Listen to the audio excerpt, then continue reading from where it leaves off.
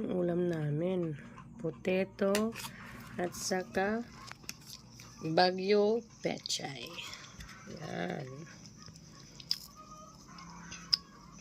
Ulam for today. Ayan din kay Vicky.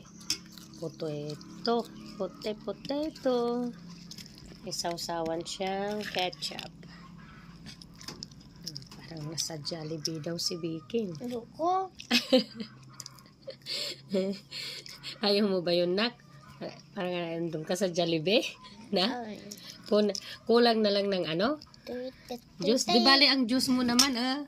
Tignan mo. Ice coffee. May ice yan. Gatas. Oo, gatas. Yan, si BK. Talaga man. Kain niya, BK.